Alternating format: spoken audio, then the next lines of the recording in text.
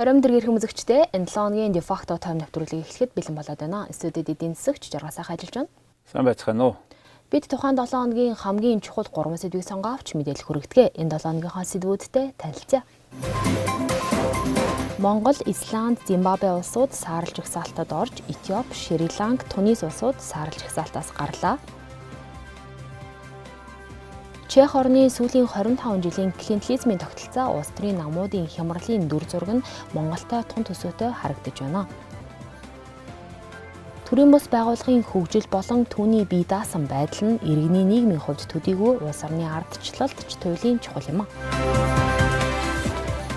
Тэгэхээр энэ 7 хоногт бидний онцолж байгаа хамгийн ихний сэдэв бол саарал жагсаалттай холбогдож байгаа. Мөнгө угаах болон терроризмыг санхүүжүүлэхдээ тэмцэх олон улсын байгууллага гэж байдаг FATF. Энэ байгууллагын жилийн хурал нь 10 дугаар сарын 13-наас 18-нд бол Парис хотод болсон. Энэ хурлаас бол энэ жил Монгол улсыг саарал жагсаалтад оруулаа гэсэн аль биесны шийдвэр гарсан. Мөн 2013 онд бол Монгол улс саарал жагсаалтад орж байсан. Тэгэхээр энэ удаагийнх бол 2 дахь удаага болж байна л та. Тэгэхээр FATF гэж юу нь яг ямар учиртай байгууллага болоод улс орнуудыг саарал гэсэн жагсаалтад оруулаад байдаг юм бэ. Өмнө нь манай улс 2013 онд орсон. Түүнээс хойш юу хийгдсэн эсвэл юу хийгдэггүй болоод энэ жил дахин орох болов. Тэгэхээр ихийн аюулгүй байдал улс орнуудын хэвийн хөгжилд мөнгө угаах мөн терроризмыг үйл ажиллагаанууд маш хортой нөлөө үзүүлж байгаа. Үзүүлж ирсэн. 1989 онд Парис хотод их долоогийн группийн уулзалт дээр энэ тухай бид энэ мөнгө угаалттай тэмцэх Financial Action Task Force on Money Laundering FATF гэж байгууллагыг санаачилсан. За энэ байгууллага түүнээс хойш өргөжөөд удалгүй Европын холбооныхон ингээд орсон. Одоо өнөөдрийн байдлаар 39 орн гишүүн болсон энэ байгууллага. Монгол бол яг шууд FATF-ийн гишүүн биш. Гэхдээ FATF-ийн Аз номхон далайн группийнх нь гишүүн 2004 онд тэнд орсон. За энд яадаг вэ гэхээр мөнгө угаах, терроризмыг санхүүжүүлэхийн эсрэг тэмцэхийн тулд ийм юм улс орнууд хийх ёстой гэсэн зөвлөмж гаргадаг. Тийм 40 зөвлөмж байгаа. За тэгээд тэр 40 зөвлөмжийн дагуу бас үр дүнг нь хэмждэг 11 үзүүлэлттэй. Сая 2004 оноос хойш яг Монгол энд ороод ингээ ажиллаж ирсэн. 2017 онд сүүлийн одоо 3 дахь удаагийнхаа Монголын тухай тэр харилцсан бие биенийг шалгасан тайлан гэж гаргадаг. Маш нухацтай тайлан 2017 оны 9 дугаар сард гарсан байсан. За тэгээ одоо тэр тайлангийн дагуу тодорхой юм хийсэн ч гэсэн яг одоо гол анхаарах юмуд одоо болтол хийж чадсангүй. Тийм учраас саарал жагсаалтанд оруулж байгаа юм а гэж. За саарал жагсаалт нь яадан бэ гэдгийг тодруулах хэрэгтэй. Энэ хоёр янзын жагсаалтанд оруулж байгаа. Нэг нь бол ердөөсөө онцгой анхаарах гэсэн жагсаал байгаа. Нөгөөх нь саарал жагсаалт байгаа. Энэ хяналтанд ор байгаа шүү гэсэн санаа. За яг хоо саарал жагсаалтанд орлоо гэдэг ингээд үйл ажиллагааны зогсоонд барина гэдэг тэр дээрх нөгөө одоо тэр бол Иран хойд солонгос хоёр байгаа. Тэднэрт ямар ч үйл ажиллагаа явуулж болохгүй гэсэн заалт бүр ингээд рекомендац өгсөн байдаг. Саарал жагсаалтанд бол за энэ бити хий гэж хэлдэг. Ямар нэгэн одоо мөнгө төгрөгийн зогсоо гэсэн зөвлөгөө өгдөг. Гэхдээ тухайн орны эрсдлийг тооцохдоо энэ ийм юмд анхаарна уу гэсэн жагсаалт байна. Тэрийг бүр ингээд бичээ тавьсан байна. Тэгэхээр 2013 онд бол орж исэн. Тэгэхдээ яг 1 жилийн дараа бол энэ жагсаалтаас гарч ирсэн. Тэгэхээр тэр үеэс хойш бид нар юу өөрчлөгдсөн болоод эсвэл юу өөрчлөгдөөгүй болоод дахиад орох шалтгаан болсон бэ? 13 оноос хойш манай эдийн засгт зөндөө өөрчлөлт орсон. Маш том өр тавьсан. Тэрийг төлж чадахгүй өрийг өрөөр төлөөд яваад байсан. Тэгээ хамгийн сүүлд бүр томорсоор байгаа дийлж чадахгүй болохоор олон улсын валютын сангийн төс хөтөлбөрт хамрагдсан. Хөтөлбөрийнхөө дагуу нөгөө хөтөлбөр хамрагдсан нөхцөл нь болохоор ийм тодорхой зүйлийг та бүхэн хийсэн байх ёстой. Юуны өмнө банкны салбараа эрүүл байх ёстой гэсэн нөхцөл тавьсан. Тэрийг одоо хүртэл бүрэн хэрэгжүүлж чадаагүй. Дөрмийн сангаа нэмгсэн, нэмлээ гэсэн чинь наадах чинь болохгүй байна гэж байгаа одоо. Тэгэхээр ийм энэ үйл ажиллагааны цаана юу байна гэхээр одоо 2017 онд энэ байгууллагын Монголын тухай бичсэн тайланд их тодорхой заасан байгаа юм л да. Жишээлбэл Монгол улс бол энэ мөнгө угаахад бол маш их эрсдэлтэй газар байна. Үүнд одоо янз бүрийн хуурам мэхлээл энэ байгаль орчныг юм тэрэг гэдэг. Энэ нөгөө энэ газар зарж байгаа хэлээд байх шиг байна. За татвараас цугцсан авилгын гэсэн юм тэргүүд их байна гэж. Маш өндөр рисктэй байна гэж. Эрсдэлтэй байна. Дундэргийн эрсдэлтэй болохоор за хар тамхи байна. Хил давуулж наймаа хийж байна. Зохион байгуулалтаа гэмт хэрэг байна. За банкны зохицуултын эсрэг гэмт хэрэг гэж байгаа юм. Хулгай, дээрэм гэх мэтэр мөн risk from foreign procedures гэдэг гадаадын энэ орж ирж байгаа мөнгийг өөрөөр хэрэглэх явдал, буруугаар хэрэглэх явдлыг хэлж байгаа. Энэ бол энэ байгууллагын гаргасан тайлан энийг монгол хэл дээр гаргах ёстой байсан байх Монгол банк.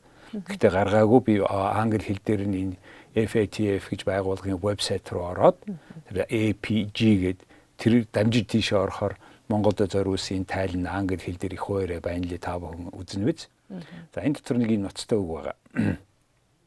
Дээд төрлийн гэмт хэрэгүүдээс Монголд мөнгө угаагдах ажиллагаа явагдаж байна. Монголд болон гадаадад. Монгол дотроо болохоор үндсэн хөрөнгө худалдаж авч байна. Үнэтэй машинууд авч байна. Гэх мэт бусад хэрэглээний зүйл авахаас гадна барилгын салбарт байгаа тодорхой хүнийг ашиглан мөнгө угааж байна гэж бичсэн байна. Дөрөвдүгээр зүйлт нь. Энэ 7 юм 8 дугаар хуудсанд байгаа. За мөн тэр executive summary гэдэг дотор нь байна. Мөн энэ дотор гэр бүлийнхаа хүмүүсийн нэр дээр банкны дансаар дамжуулж мөнгө солиулж гадагшаага шилжүүлж гин гэж байна.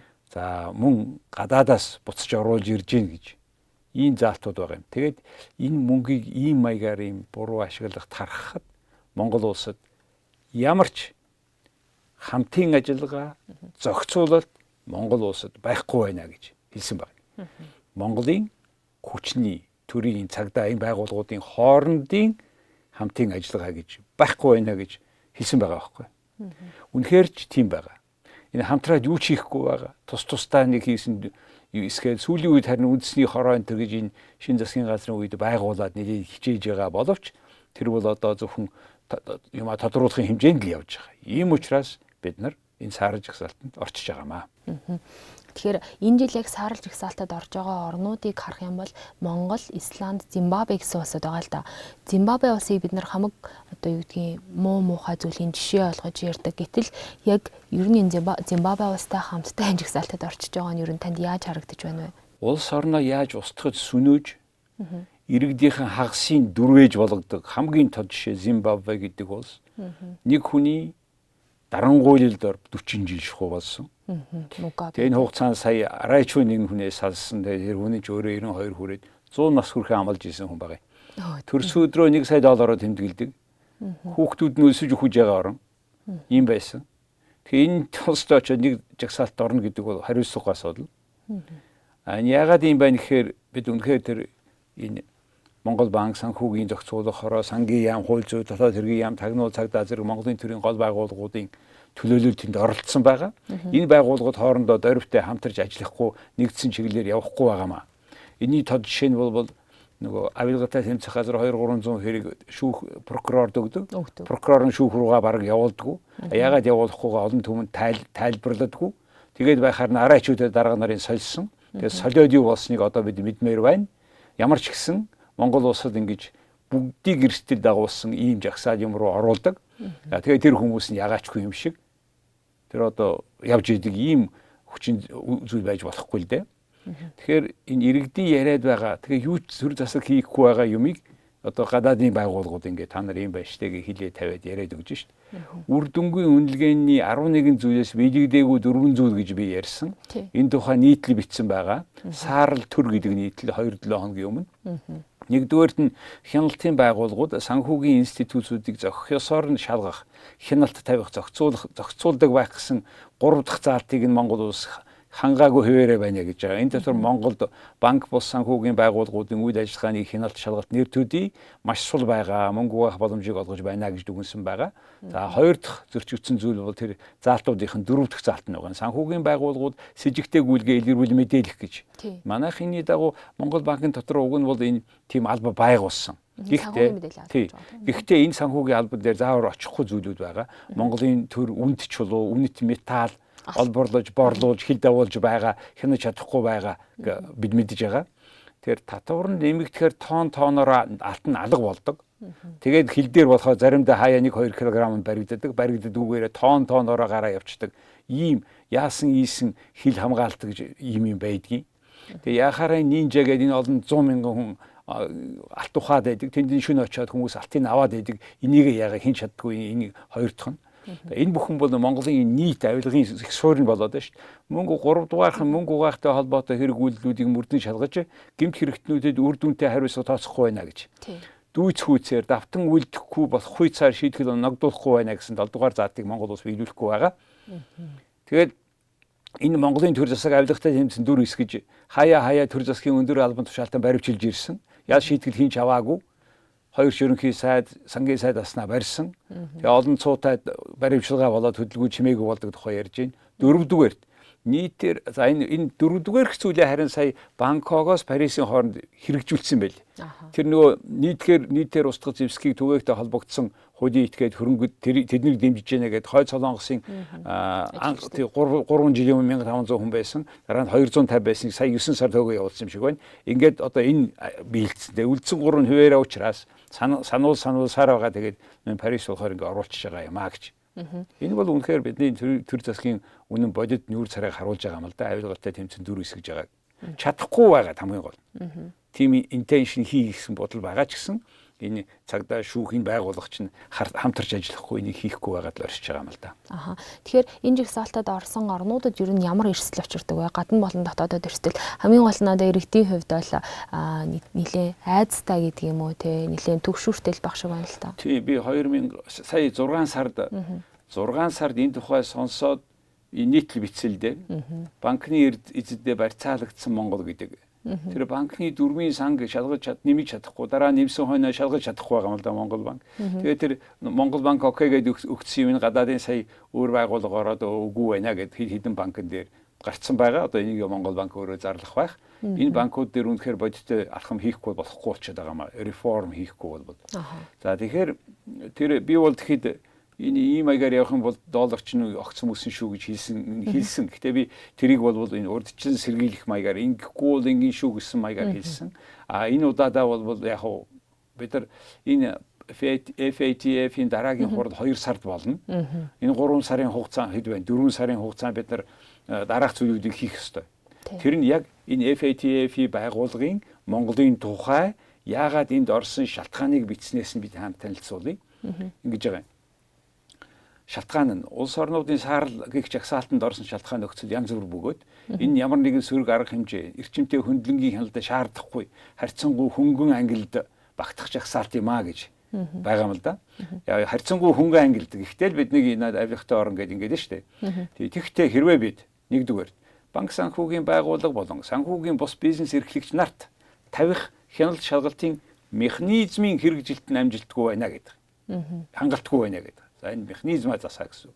Хоёрдугаар эрсдэлдээ суурилсан үйл ажиллагааны хүрээнд мөнгө угаах гэмт хэргийн олон төрлөөр мөрдөн шалгах үйл ажиллагаа явуулж шүүхээр шийдвэрлүүлсэн байдал хангалтгүй байна гэж. Тэгээ энэ уулгайсан хүмүүстэйгээ тооцооч л гэж. Энэ одоо хэд энэ эргүүдээ шийдчих юм бол 3 сарын дараа энэ жагсаалтаас гарах магадлал байгаа. 4 сар тутам хуралддаг юм байлээ. За 3 дахь нь за энэ их чухал. Мэдүүлээгүй хуурамчаар мэдүүлсэн бэлэн мөнгийг хураан авах, битүүмжлэг, зөрчил гаргасан этгээдэд хариуцлага хүлээлгэх, уг хариуцлага нь гаргасан зөрчилтэй нийцсэн, дахин үлдэгдэхээс сэргийлсэн шинжтэй байх тогтолцоо хангалтгүй, хангалттай ажиллахгүй байна гэж. Энэ бол нөгөө хулгайлагдсан хөрөнгөө буцааж авах асуудлыг ярьж байгаа. Тэгээ саяхан энэ тухай бас Монголд хурал болж ил байна лээ. Тэгээ болсон тэгээ одоо энэ хурлууд чихэл болох юм тэгээ амлалт их байх нь хийгдэхгүй юм да. Дөрөвдөх нь 20 арга хэмжээг хэрэгжүүлэх тогтолцоо хангалттай төвшөнд ажиллахгүй байна гэж. 20 арга хэмжээг. Ийм 4 жагсаалт, энэ 4 чиглэлээр харагдах үз мэдэгдэх үз ажил хийх юм бол энэ саар жагсаалтаас гарах магадлалтай гэдгийг бас хэлэх хэрэгтэй. 2 сард болох хурлаа. Тэгэхээр бол яг энэ нэгэнт орцсон гэхдээ гарах алхмууд нь саяны алхмууд байна. Өөр ямар одоо танд яг энэ сэдвтэй хамаатуулаад нэмж хэлэх зүйл юу байгаа вэ? За энэ бол ер нь Монгол улсад ийм системний чанартай болсон олон жил явж ирсэн энэ хулгай, авилга, энийг шийдэж чадахгүй явж ирснээс хамгийн үүдэж байгаа. Их олон жил ингэж өвдсөн юмны чинь илэрлэл нь энэ болчоод зүгээр өвчин биш канцерын одоо хэмжээнд хорт хавдрын хэмжээнд болчих гээд шүү дээ. Тэгэхээр одоо энийг амжихийн тулд суур руунд орох хэрэгтэй. Энэ бол сайн засаглал, улгаа хийхгүй байх, төр засгийн хүмүүс нь ингээд бидний мөнгөийг дуугаад байхгүй болох. Тэхийн тулд энийг зогсоохын тулд бид нар алдсан мөнгөө эхлээд авах хэрэгтэй. Тэгээд тэр хүмүүс хариуцлага хүлээх хэрэгтэй яаралтай. Гэхдээ энэ дээр бас юм байна. Төр засгийн инститүүцүүдийн чадвар сул байна. Англи хэл мэдэхгүй байна. Энэ бүх юмаа бүрэн ойлгодог ч юм уу ч юм уу. Бүгдээрээ тийм. Тэгвэл тэр энийг хэвлээд тараагаад орчуулад өгөх хэрэгтэй л дээ. Ер нь бол төрийн инститүүцүүд сул байна. Нэг талаасаа мэдэхгүй байна. Нөгөө талаасаа мэддгийн дорхоноос олчоод. Тийм учраас энэ нэг чадахгүй мэдэхгүй хүмүүс чинь хооронд хамтын ажиллагаа гэж юу байна. Тэгэхээр энэ ер нь яг нэг хитгэн хүмүүсээс болоод гэсэн асуулт гарч ирж байна л да. Гэхдээ энэ бол инститүүцийн асуудал, системийн асуудал. Энэ бид монголчуудын иргэн болгонтой асуудал. Бид бол яг иргэд өөрийнхөө ирэхээрээ шаардах зэрэг энэ үнийг бид хангалттай хийхгүй байгаамаа. Зүгээр нэг сошиал медиагаар шуугчхаа тэрийг хангалттай гэж бодохгүй. Бид энэ бүхнийг зөндөө олон хэрэгдүү гарахын. Тэгээ тэрийг бид нар тэгэл чимээгүй хараад сууж байгаа. Эсвэл өрөвдөө л өнгөрөөч. Тий. Ялангуяа нөгөө итгээд чи ямарваа нэгэн одоо юу гэдэг өвдөж байрлаа гэвэл тэгэл гарахчихдээ. Тий. Тэр хүн эрүүл байхдаа хийж хохироосон юм ин явдаж хөрөнгө авахд хэрэгтэй байгаа юм л да. За тэгэхээр бидний онцолж байгаа нь хоёр дахь сэдэв бол энэ тоталитар дэглэмээс гажуудсан ардчлал руу гэдэг номын зохиогч Чехийн улс төр судлаач Михаил Клима гэдэг хүн бол өнгөрсөн 7 хоногт ирсэн лекц уулзалт зохион байгуулсан гэж байгаа. Та бас мөн түндэд Defacto ярилцлага хийсэн. Тэгэхээр яг энэ Михаил Клима номдоо юу гэж хэлж байгаа вэ гэхээр пост коммунист орнуудад улс төрийн намууд дээрээсээ бас доороосоо иргэдэд биш санхүүжүүлэгч эзэдтэй эзлэгцэн улс төрийн клиентелист тогтолцоо бий болсныг нь тод бичсэн байдаг л та. Тэгэхээр яг та үүнтэй санал нийлж байгаа юу? Тий, энэ клиентелист улс төр гэж юу гэлээд байгаа вэ? Тий, би гүр яагаад нуруу төрийн мотортой бизнес зэрэг юм клиентелист энэ хүний анх ном нь анх гарсан 2-3 жилийн өмнө энэ ном гармагцсан. Яагаад гэвэл пост коммунист орнуудын зовлон яг адилхан байгаа. Чехтэй бас их адилхан байсан. Одоо харин чехүүд өөрчилж байгаа юм байлээ. Тэгээ энэ хүн Монголд ирсэн их сургуулийн урилгаар лекц уншсан, манай ярилцахад орсон удалгүй орчуулаад та бүхэнд толилуулна. Гол санаа нь юу гэхтэй зэрэг улс төрийн нам, иргэд, нийгэм төрийг холбодог гүр болохын оронд санхүүжүүлэгч нартайгаа зөвхөн ажиллаад тэдний төлөө тэднэртээ зохицсон хууль гаргаад тэднэртээ үйлчлээд клиентүүдэд үйлчлээд яана гэж. Үйлчлүүлэгчтэй гэсэн үг Энэ тийм. тухай тэр тийм онл байдаг л да. Нэг энэ Фукуямагийн энэ авилга гэдэг юм бол хоёр янз юм байдаг. Нэг нь рент, нэг айгу хурдан мөнгө олохыг хичээх, нөгөөх нь болохоор зэрэг энэ клиент буюу урт хугацаанд үйлчлэх. Энэ бол бүр ноцтой. Тэгээ Чехэд яг тийм маягаар төрийн өмч байсан компаниудыг хувьчилж авсан мэдээлэлтэй хүмүүс, энэ зэрэг хүчнийхэн, цагдаа шүүхийнхэн, төрийн хуучин төрийн социалист төрийнх нь өмчийг хуваалцж явахад оролцсон гэж үзэж иргэдэн бол тэдний эсрэг тууштай тэмцэж ирсэн байна. Тэгээ сүүлд нь одоо яасан гэхээр ер нь тэр бид нэлээд хумигдаад тэгээ одоо яаж юм гэхтэй зэрэг нэгэн хөрөнгө мөнгөтэй болсон учраас ийм засаглал нь нууц ил тод биш улсууд гэж байгаа. Түүний дотор Климагийн хэлснээр Орос хятадтай бизнес хийгээд эхэлцээ. Тий Орос хятадын төрийн компаниудад ажиллаж байгаа гэж хэлж илээ. Тэгэхээр яг Монголд энэ клиентелист улс төр ажиллаж байгаа гэдэгтээ та санал нийлэх үү? Яг адилхан байгаа. Авилгацсан төр түүнийг удирдах эрх аваад явж байгаа намуудын тодорх авилгууд 60 тэрбумын хэрэг мөн тасралтгүй олш орж томорч байгаа иргэдийн хяналтгүй төрийн өмчтэй компаниуд. Тий төрийн өмчийн хувьцаат компани бол бүгдээр ингэдэг нэрлэлсэн. Тэгвэл олон нийтэд зарах 5%-аас илүү нэг хүн авахгүй байхаар ийм хяналтын механизмыг туу заарнд дамжуулж хийхгүй бол энэ бол яг авилгын том гүрүүд бий болцсон. Тэгээд дандаа дотор нь төрийн аль нэг яамны түвшимдүүд тэрний туузын гишүүн болохын төлөө бол бие биенийг алсан шүү дээ. Тий тэр зам тавирын нөхдөд гэх мэтэр ер нь бол төрийн өмчийн компаниуд чи ихэнх нь алдагдaltaй төсвөө санхүүждэг тэр мөнгөд сургууль соёл тэр нийгмийн зардалд явах мөнгнүүд маань тийшээ явцдаг. Тэгээ авилгатай тэмцэх орчинд чинь өрсөлдөөн алга болчдөг. Та яа сайдынхан компани тэмцэв. Гэх мэтэр ийм маягийн уур амьсгалтай болчиход байгаа маа Монгол. Яг энүүгээрээ бол Чехийн одоо нэг 2000 оны ихэнх хүртэл тэмцсэн байл. Түүнээс хойш нэлээд цэвэрлсэн байгаа маа. За жишээлбэл одоо хамгийн тод жишээ саяхан ерөнхий сайд асан Норвегийн алтан хуйг гэдэг хүн ерөнхийлөгч асан Цахиагийн элбэг дөрж гэдэг хүнийг Эрдэнэтээс сарвал олон тэрбум төгрөг авч ийсэн маш баян. Тэгээд төрийн улсын мөнгөөр баяжсан тэрбумтан. Тэгээд тэрүүгээрээ Моритэд тоглодог. Ингээд удаадараа мэдэгдэж байгаа. Энэ би мэдэгдэж байгаа биш. Тэр ерөнхий сайд байсан хүн мэдэгдэж байна. Гэхдээ энийг ардаас нь шалгаад үнэн зүйг нь тэр авилгалтай тэмцэх газар шалгаад иргэдэд мэдээлэх үүрэгтэй шүү. Тэ. Тэгэхээр ер нь иймэрхүү мэдээ гараал байдаг тодорхой хариу өгөхгүй байгаа тий. Энэ одоо энэ шүүх тагнуудын ерөнхий газар, авилгалтай тэмцэх газар ийм мэдэгдлүүдэд ялангуяа ийм том албан тушаал хийж байгаа хүн өөрөө ингээд мэдэгдээд байхад ямарваа нэгэн үйлдэл хийхгүй байгаа нь нийгмийг хуваалцаж, нийгмийг хувааж, маргааштай итгэлийг алга болгож. Тэгээд эсвэл энэ яагаад байгаа мэдэхгүй байна. Үл харсан дүр үзүүлээд байна уу? Хоорондоо наймаалцаад байна уу? Нөгөө тэмээн хэрүүл шиг толгоогоо нөхрөө хийчихэр өөрөө харагдахгүй болчихоо гэж үзэж байгаа юм уу? Энэ бүхнийг одоо энэ төр засгийн холбогдох байгууллагууд дүлий дүнбүд оргоо суугаамааргүй байна. Ямар нэг хэмжээгээр хариу өгөх хэрэгтэй биш энэ ардчилсан нийгэм. Энэ бүхнийг ойлгохгүй, маргааштай итгэхгүй ингээ хуваагдсан байгаа учраас иргэд чинь ажил хөдөлмөрлөх ирээдүгөө харахтаа мохоо байна. Ядуурч байна. Чехүүд болохоор нийлээд нийгмээ шаардаад цэвэрлээд байна шүү. Тэгэхээр тэднээс авах туршлагын хувьд бол яг энэ ер нь бол ийм ардчилсан нийгэмд төр засгийг ажилуулдаг, шалгадаг механизм бол иргэний нийгэм.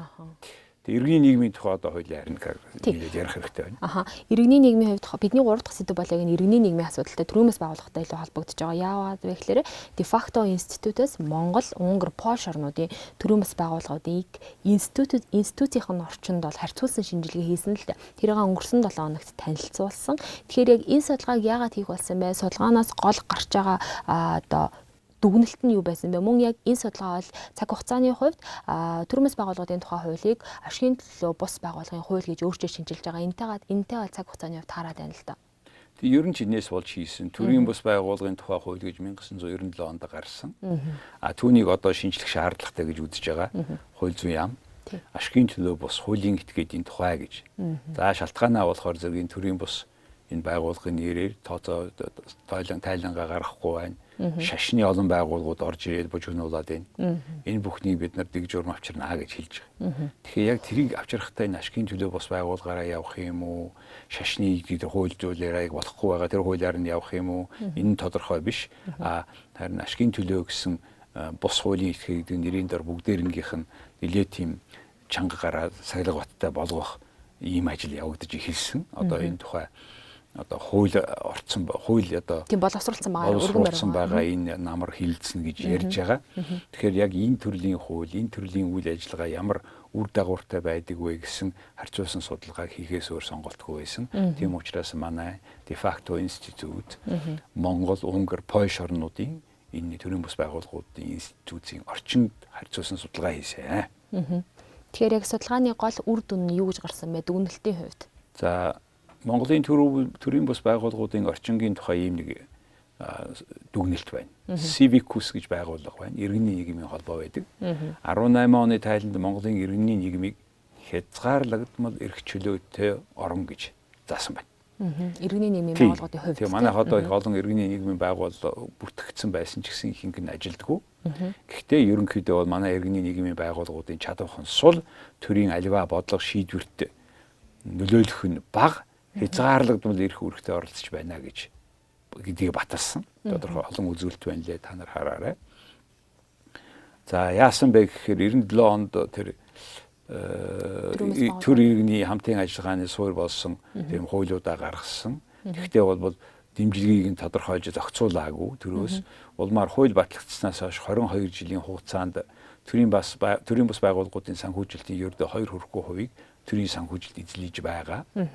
За одоо энийг засна гэхээр яаж юм гэхээр иргэний нийгмийн хөгжлийг дэмжих зөвлөл гэж байгуулна гэж байгаа. Тэр нь одоо засгийн газрын хэрэг эрхлэх газрын дэргэд байна. Зөвлөл 9 хүнтэй 4 гишүүн иргэний нийгмийн байгууллагаас нэр дэвшүүлнэ. За ингээд бусад яамдууд томилно гэж байгаа. Нэг ийм шиг бүтц гаргах гэдэг юм аа. Тэгэхээр ерөнхийдөө яг энэ Defacto институтийн хийсэн судалгаагаар бол энэ залуу ардчилсан орнуудад бол төрөөмөс байгууллагуудад үйл ажиллагаанд нь бол санхүүжилт зайлшгүй хэрэгтэй. Тэр нь бол нөгөө гадаадын санхүүжилт хэрэгтэй гэдгийг бол тодтогсон байсан л да. Тэгэхээр төр ийм өөрөө ийм одоо юу гэдгийг байгууллага бий болгоод энэ үүрээ дамжиж санхүүжүүлнэх юм бол нөгөө төрөөмөс байгууллагууд иргэний нийгмүүдийн хараат бус байдал гэдэг чинь хөндөгдөх байх л та. Тий. Ер нь Монголд санхүүжилтийг Азийн хөгжлийн банк, хөгжлийн институтсууд, Азийн сан, Канадын сан энэ төргээд ийм ардчлалын төлөө, тэгшэрхийн төлөө, гендерийн төлөө энэ ийм санхүү байгууллагууд л голдуу санхүүжүүлж байгаа шүү дээ. Тэгээ энэ байгууллагуудын санхүүжилтийг нэг талаасаа зогсоох, нөгөө талаасаа төрөөсийн санхүүжилтийг саяын тэр зөвлөлөөр дамжиж гаргах хийгдэж байгаа юм. Яг энэ чиглэлээр одоо Унгар, Польш хоёрт юу болсон бэ гэдгийг судалсан товчхон танилцуулах чинь. Унгар чинь нэг үе социализмын хамгийн тэргуунд явлаа шүү дээ, Польш ч гэсэн. Унгар бүр 89 онд эвэлдэн нэгдэх эрхийн тухай гэж хууль гаргасан. 94 онд нийтэд тусдаа аж ахуйн нэгжийн тухай, 96 онд 1% дэмжлэгийн тухай гэж. Монгол 1% дэмжихээр татвараас тийм. GDP-ийнхаа билүүд 1% тэнцэх юм гаргана гэж. Ер нь иргэний нийгэмгүйгээр ардчилсан нийгэм тогтож оршихгүй шүү дээ. Тэгээд 2002 онд төрөөс иргэний нийгмийн салбарт баримтлах бодлогоо баталсан. Манайхныг батлах хэрэгтэй юм байгаа үгүй. За тэгээд үндэсний иргэний санг гэж байгуулсан санхүүжүүлнэ гээд тэрийг 2011 онд үндэсний хамтын ажиллагааны сан болгож өөрчилсөн. Тэгээд энэ ер нь бол Унгар улс бол 61,000 гаруй төрийн бус байгууллагатай тогтвортой байдлынхаа индексээр Унгар тогтвортой байдал нь алдагдж байна гэж дүгнэж байгаа төрийн бус байгууллага.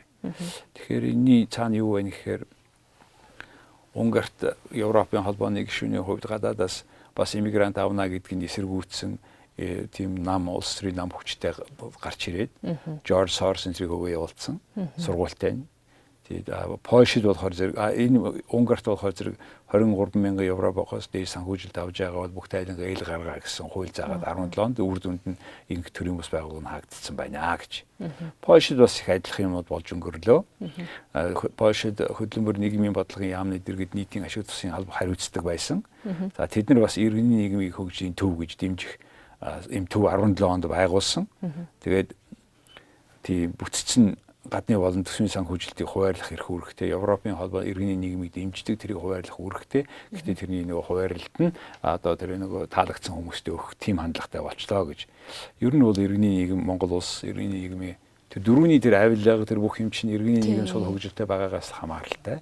Ардчилсан нийгэмд юмыг урагшаага зөв шийдээд явах, төрөө хянах тэр иргэний нийгэм гэдэг нь Монголд өгүүлэгдэж байгаа юм аа.